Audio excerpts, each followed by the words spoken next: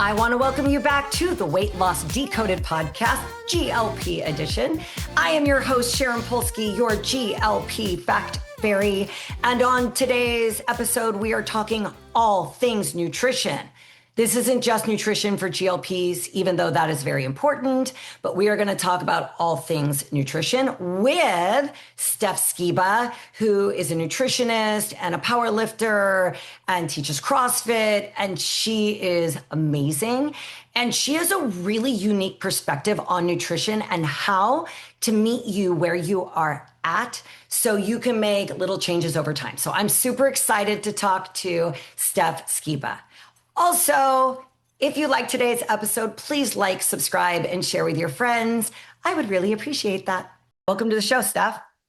Thanks. I'm all bundled up here in Minnesota. My name is Stephanie Skeba, registered dietitian. Been a dietitian for 17 years and grew up in Chicago, went to Purdue, majored in dietetics, and now I currently do nutrition as well as I'm a personal trainer and I teach CrossFit on Thursdays. So yeah, you're like that multifaceted person that gets, and I love seeing that. That's my love language, is people that we really want to help clients with their nutrition and their exercise and their, so I love that that's like your love language as well. Yes. It has to go hand in hand. I was studying to be a dietitian. I'm like, we also need exercise. We need both of these together. So yeah. And what do you think about nutrition? Why is it so complicated for people? Do you think it's the industry that's made it seem so complicated? Or is it because there's so much information that disagrees with itself? Or why do you think nutrition is just so difficult for people? Yeah, I tell my clients, you're just a big chemistry lab. So one size fits you. And your hormones change, your environment changes, your gut microbiome changes. So like I used to be a vegetarian because I was doing an Ironman and running marathons and having to have a lot of carbohydrates. And then that season when I switched into CrossFit didn't work anymore and I had to get more protein. So things can change. I think people, one, they think they're an expert because everybody eats. Two, the Instagram, it just drives me nuts because I had to do 4 years of organic chemistry, biochemistry, getting a bachelor's in science. Then you have a 5th year competitive internship. So I was just one of 6 people in Chicago for this internship, and then passing your boards to become a dietitian. Now on Instagram or Twitter, it's just like, hey, I'm a nutrition coach. They've had like a weekend cert. So it's really, everyone thinks they're an expert because this is what worked for me. This is what worked for my clients, but it's not always based on science. And it's very hard to prove. A lot of the nutrition studies are correlations. It's not causations. So they're correlated of, hey, it's just like saying murder goes up in the summer and so does ice cream sales. So ice cream causes murder. So a lot of the nutrition studies are correlation. And they'll say, oh, meat causes cancer or this causes this, where it's like, okay, well, what was their stress level? What was their microbiome like? What was their environment like? There's so many other variables we can't put people in a test tube. So I talk about those 5 building blocks of health all the time: stress, sleep, hydration, exercise or movement, and nutrition. And people will be like, I hear it all the time. My nutrition is perfect. Well, perfect for you, or perfect based on the science, or perfect based on what your coach says is perfect. And that's this piece of it. And if your coach, if whoever coaches you for nutrition isn't talking about these 4 other things and gut microbiome and the gut brain axis and all this, they're missing a massive piece of you. Totally.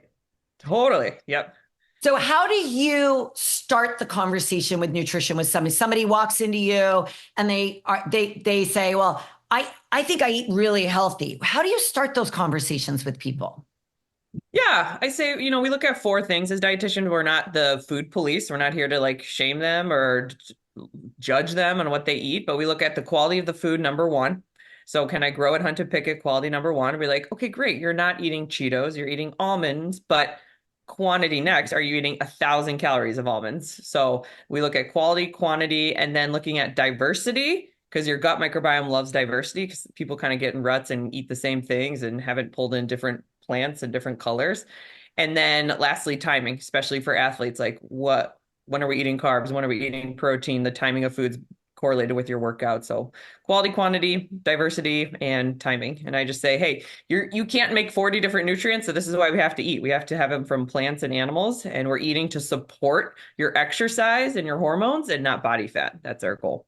If you were to give people like a quick hack on on a meal that they need to do every day, that's just like a quick hack. Do you have like a quick hack, or do you really try to look at them more holistically?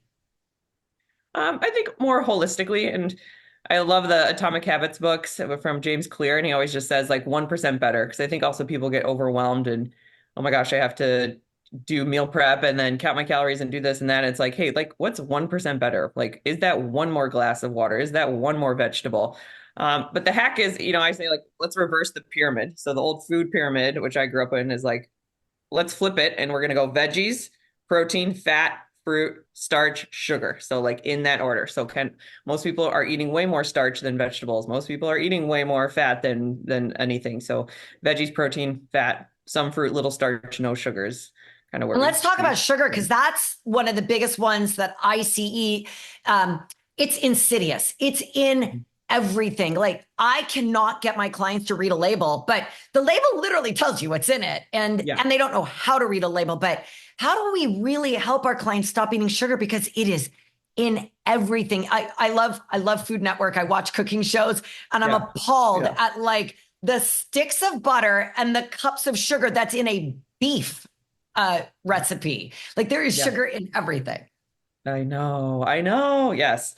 Yeah. The label, everything is, I'm married to a marketer who works at General Mills. He's basically like good, job security. He's like telling people to eat these foods. And I'm like, don't eat these foods. But they have the smartest people in the world telling you, like, the front sells you, but the back informs you. So yes, like reading those ingredients, can I grow it, hunt it, pick it? It's impossible to eat perfect, especially in the United States, unfortunately. Yeah, I think like with sugar, we know that everybody has a healthy brain that is seeking dopamine. Like, I want to avoid pain and seek pleasure. So we have the same brain as our ancestors, who would have to walk 5 miles and then they'd find this small bush of berries and eat the berries and be like, whoa, I need that. I need that to survive. And your brain is like, I need that to survive. Go back to that. Go back to that. Now I can walk outside my door and be hammered with sugar. And we know with high fructose corn syrup, that dopamine hit is even higher. So I still have the brain go to that berry bush that I need to survive, but it's a higher dopamine hit with those processed sugars, like the high fructose corn syrup. So your brain is like, I need that to survive. I need that to survive. So it's hard.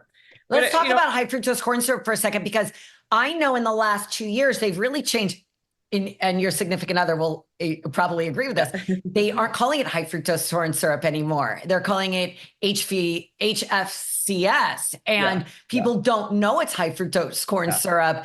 And I have people tell me all the time, there's no high fructose corn syrup in it. I'm like, read me the label. I'm like, that's high fructose corn syrup. So they're constantly changing the labels in order to get us to eat those things. So is a hack like, don't eat packaged food as often? Like, is that your hack to try to get people away from some of that chemicals type stuff? It's not about processed food, because we would die if we didn't have processed food. Processed food is like, I have frozen vegetables. Like, the only ingredients is broccoli stir fry, so it's with canning and freezing, like that is considered processed because it's in a package, but there's a lot of good that can have, like, if the dead of winter in Minnesota, there's no way I'm getting fresh produce. So we do have to have some processing. It's more like the junk food. So yes, and teaching them anything with OS, glucose, fructose, galactose. The OS means sugar. And sugar is natural. Like, there's a sugar cane, but it comes with the antidote, which is fiber. So you have to eat through bark to get to sugar. So the antidote of sugar is fiber. So if we can start people laying a base of like getting in fiber first, they won't have that huge blood sugar spike.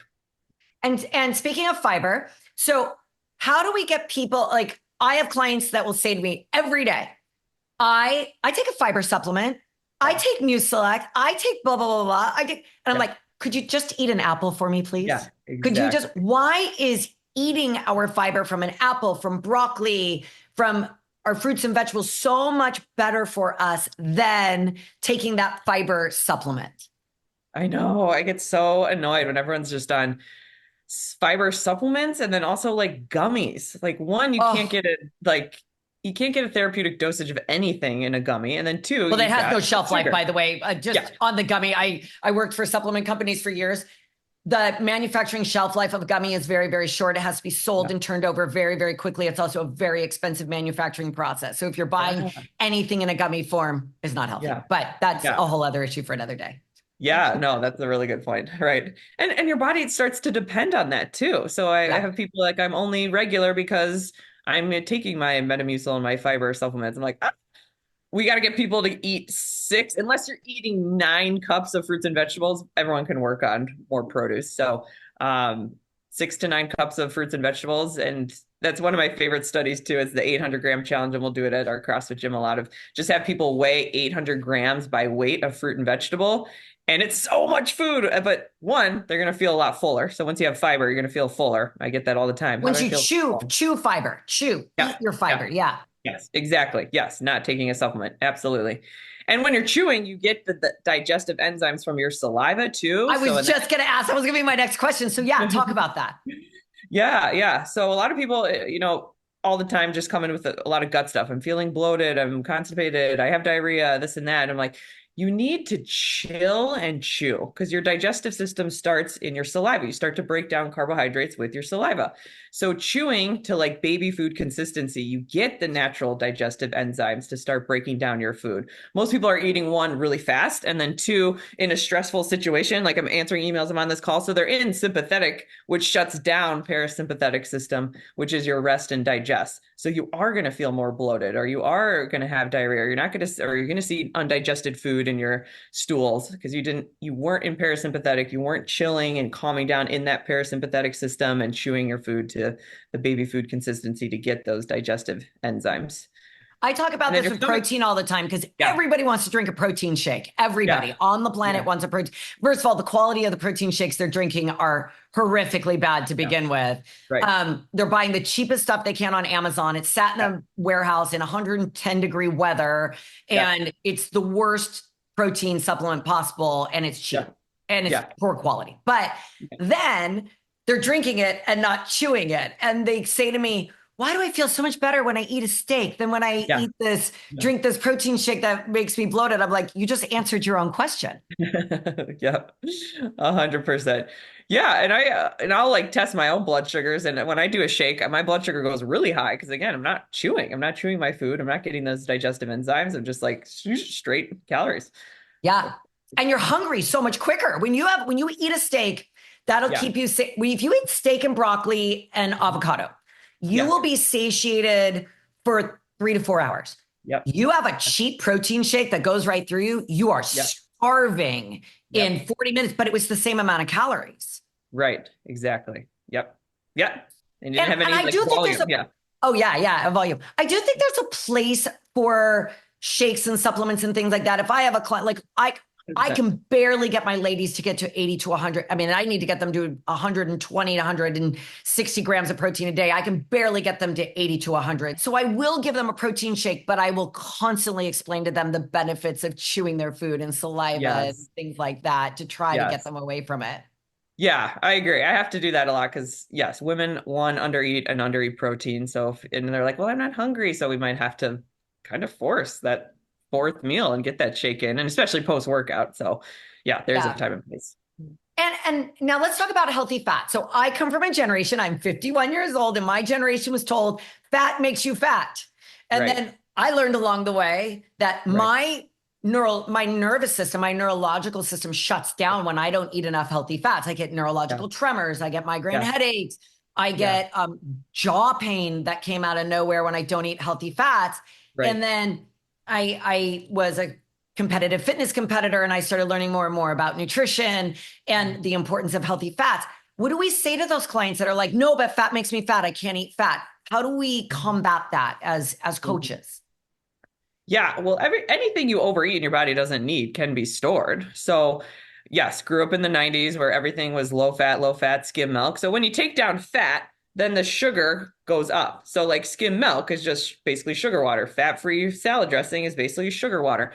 You need fat to absorb the fat-soluble vitamins, especially in vegetables. So putting on fat-free dressing is not helping absorb those vitamin A and vitamin E, the fat soluble vitamins from your vegetables. And then your brain is 60% fat. So if you're not eating fat, you're hurting your brain. And we know that when you decrease fat, increase sugar, blood sugars go up. And when your blood sugar is high, that increases cholesterol, that increases blood pressure, that increases everything that thinks it's fat, but it's really the sugar. And sugar and fat are completely different. So taking out fat increases sugar. Yeah, there's this great study. I'll have to send it to you. It's a Please. blanking on her name, but her husband was suffering from dementia and she had him draw like a clock, and it's just like a random like circle and there's numbers. It's not even looking like a clock. And then she just did 2 weeks of more fat, especially like MCT oil, like that just goes straight to the brain, and it's looking better at a clock. And then after 30 days, it's like perfect. So it's just a very visual learn of how increasing the good fats really help the brain. And cholesterol builds all of your hormones. So if you're not eating fat, one, your body makes 70% of its own cholesterol. Like if you're not eating fat, it's just going to still make cholesterol. But now you're suffering making insulin and cortisol and progesterone and estrogen and testosterone if you're going really, really low fat. Well, that was the other thing I was going to bring up. So talk to us about eggs. So in addition to living fat-free, we were all told not to eat egg yolks because it raises our cholesterol. I know, right? That is 1950s nutrition, the Nutrition Advisory Board. And they're still telling people that. Yeah, they redacted that statement because, yes, that is so untrue because the yolk turns into the chicken. So there's so much nutrients, especially choline, which is perfect for your brain and your eye development. So yeah, taking out the most nutritious part. What are we doing? What are we doing? No. So if you can grow it, hunt it, pick it, that's what we want. And we test in our clinic, we can test people's micronutrients. So we look at a blood panel and it looks at the last 6 months, not just your plasma. Because if you go to your doctor and they test your plasma, they're like, hey, your B12's fine, but because I had a steak last night. But we look at the intracellular, what's being absorbed inside your cells from the last 6 months, because you could have, hey, my plasma is fine in B12, but not in my cells. And we'll see a ton of deficiencies in choline because of that, for people not having the good egg yolk. And what does choline deficiency cause? Yeah, brain, like you said, anything neurological and eye issues and basically everything in your nervous system, in your brain. And it really, people, especially women going through perimenopause and menopause, really need extra choline it helps with the brain fog. It helps with the mental fatigue. Right. The neurotransmitters. Right. Yep, absolutely. Yep. So how many meals a day do you think is optimal for clients to eat, like actually chew a meal? I know. I try to do 4. I tell women, we're not small men. We don't eat like men or should train like them because our hormones are doing something different every week. And I know you always say that too, of like when we're scanning people on the EVOLT scan, same time each month for women, because it's like your hormones are doing something different each week. So for women, I'm like, hey, your body doesn't do great with more than a 16-hour fast. So we're not small men. Men can fast, but we want to make sure that you're not going longer than 16 hours. And I try to do 4 meals because then that's going to help their blood sugars kind of do this throughout the day. And then help prevent cravings, help prevent the fatigue, help prevent anxiety. And it's hard if I'm trying to get in 130 grams of protein to somebody, your kidneys can't absorb more than 40 grams. So if you're just doing 2 meals, I can't do 70 grams of protein 2 times a day, or that's just expensive urine at that point. And people don't know that when you eat a carb, it's a carbohydrate attached to water. When you eat a protein, it's carbon attached to water, carbon attached to nitrogen for your protein. And then with your fat, it's tricarbon bond. So I'm going on a tangent, but when you lose fat, your cells shrink and you release carbon by your breath. So you don't poop out fat, you don't breathe out, or you don't pee out fat, you breathe out fat. So this is the other thing, going back to why are people so confused. Hey, I went low carb and I lost weight. Because you lost water, and you excreted carbon. Hey, I went low fat and I lost weight because you excreted carbon. So it's all about carbon. Every macronutrient has carbon attached to it. I went on a huge tangent. I don't even know if I answered your question. No, I love that. And this is really important because we do hear these myths all the time, and the myths populate each other. Like, because so many people anecdotally go, I had the same experience, but they don't understand the science behind the experience they're having.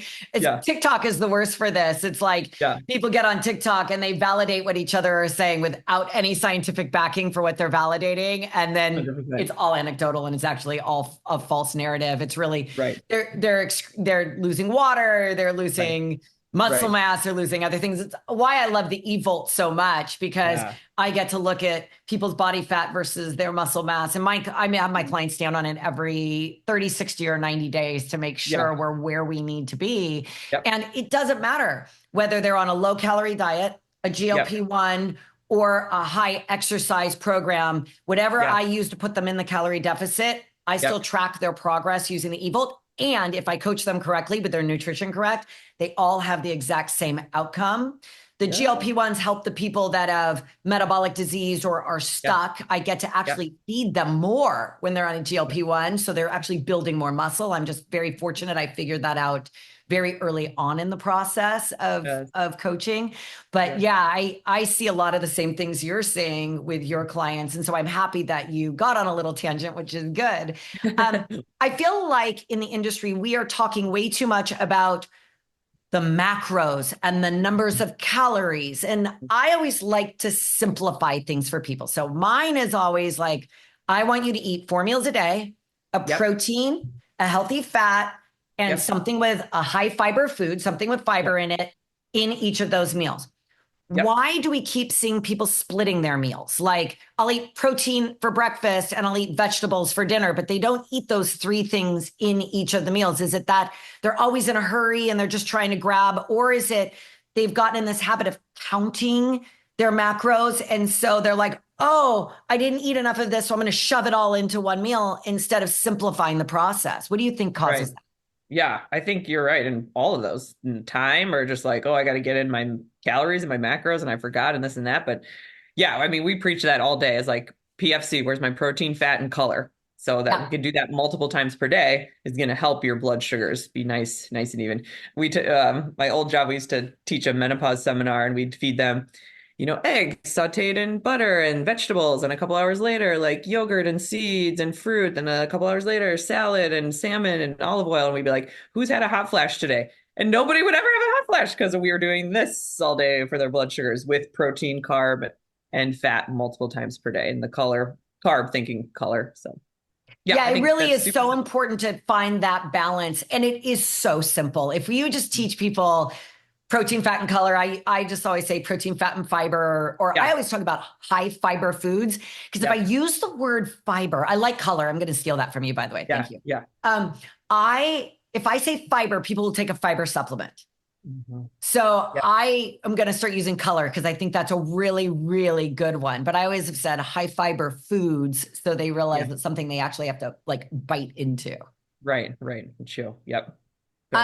So my favorite hack for a snack or a meal is 2 hard-boiled eggs and an apple. For like, you can get it at a convenience store, you can get it at a grocery store, you can get it at a gas station now. You can get 2 hard-boiled eggs and an apple. What is your on-the-go hack for people instead of going through fast food that they could grab that would be healthy?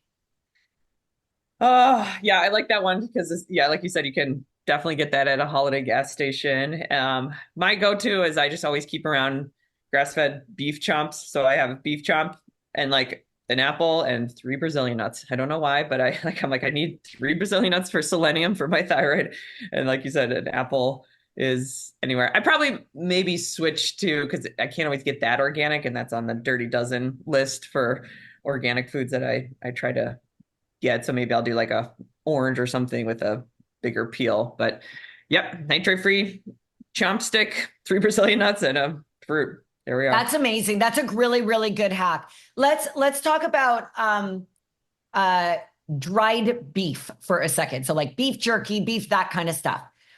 We know that cheap dried beef and processed meat is one of the contributors to colon cancer. And so a lot of people have stopped eating those things and they have just stopped them instead of finding the ones that are healthier that could be convenience foods. Like if I'm flying, I do what you're doing. It's like, I can fly with 2 hard-boiled eggs and an apple, but a hard-boiled egg is a little awkward on an airplane and they stink. So I have started using some of those like meat sticks and things like that. Yeah. So how do we determine what is that healthy meat stick that we can eat? Yeah, well, a cow can't really digest corn. So if it's not grass-fed, it's going to be fed corn and soy, and it has 4 stomachs. A cow has 4 stomachs. So it's going to create more inflammation. So when you're taking in a non-grass-fed beef, you're taking in a lot more omega-6s, which are the fire starters of inflammation. Where if it's fed grass, then it's also better for our ecosystem too. Everyone kind of poo-poos on, oh, like the cows are ruining our planet, but also it's like our ecosystem needs grazers, not just stuffed in a factory and just fed corn and soy and pumped with estrogen. It needs to graze for the ecosystem. Anyway, so it should say grass-fed and it should have no nitrates. So we know that if it's nitrates or nitrites, that when conjunction with your stomach acid, yes, does create a lot more of those toxins contributing to cancer. So we want to be looking if it's from a cow, grass-fed, and then there's no nitrates if you're getting a meat. But anything fat-wise, like from a cow, grass-fed butter, grass-fed if you're getting cream or something of that sort. And if you can't get that, then you do want to get the leanest cut of the meat because all the toxins are stored in the fat. So you want to get then like, okay, I can't do grass-fed beef, so I got to do like 90% lean or just not eat like the fat of the steak to decrease those toxins. But if they're getting grass-fed, they can have a little bit of a fattier cut like a ribeye. Correct. Yeah, correct. Absolutely. Okay, awesome. Because then that produces more omega-3s. When it's fed grass, then you have actually more omega-3s, so the anti-inflammatory. So you can have your ribeye steak if you're eating grass-fed. Correcto. Yeah. It's hard to find. Yeah. So I find it funny because it's so hard for people, and I get why it's hard for them. It's hard for me as well, and I work in this business. It's hard for you. You work in this business, but I always look back at science, and the science is out there, but the problem is Google is a silo of your own thoughts. It's AI is a silo of your own thoughts. And so people tend to Google what their own bias is. And so that's why people are like, I don't need a coach because I have Google. You absolutely need a coach because Google, I always say, if you were accused of a violent crime, and you had a chance of going to prison, you wouldn't use Google as your legal defense. You would hire an attorney that is an expert at your legal defense. So you need to hire an expert at nutrition. This is a great reason why, because that kind of knowledge, like you've given us so many good knowledge bombs today that Google is never going to give you because your own personal bias. Just your last thing, if you could give one word of advice to anybody starting any kind of weight loss program, whether it's GLP-1s or an exercise program or a low calorie diet or any type of exercise program or any type of weight loss program, what would that advice be from a nutrition standpoint? Well, we get results from work, patience, and consistency. So I think people, one, they want it so fast because we're just in that world of instant gratification. So I want the weight loss now, but you got to give it time. 2, they're never hitting their protein goals. They're like, it's not working. I'm like, you haven't been consistent. And then 3, just having, it is work. It is work to go and, plan your meals, grocery shop, this and that. But we always say, choose your hard. So it's hard to eat healthy and meal prep and this and that. And it's hard to be overweight and in pain and on 75 medications. We need to choose our hard. So you get results from your working. It's consistency and then patience. Well, what's really interesting that you say that, Steph, is with my GLP-1 patients, I have over 2,000 of them. I coach through the platform, and they all wanted to work the first month. All the clinical trials say it works over a 1-year period. And if it's not working in a month, doesn't mean it's not going to work 11 months from now. It does work 11 months from now. We want to keep you low and slow. And it's a tool in your toolbox, including the nutrition piece. You can't do it instead of the nutrition piece. You can't do it instead of the exercise piece. It all works hand in hand, and all the clinical trials told us that. Right. Yep. Totally. Well, Steph, I want to thank you for joining me today. It was a great conversation, and thank you so much. No problem. I want to thank you for tuning in to the Weight Loss Decoded GLP Edition podcast. My name is Sharon Polsky, your GLP Fact Fairy. And if you liked today's episode, if you could please subscribe, like, and share with your friends, that would be great. I also want to remind you that these are just the opinions of myself and my guests and should not be interpreted as medical advice. Until next time, ciao for now.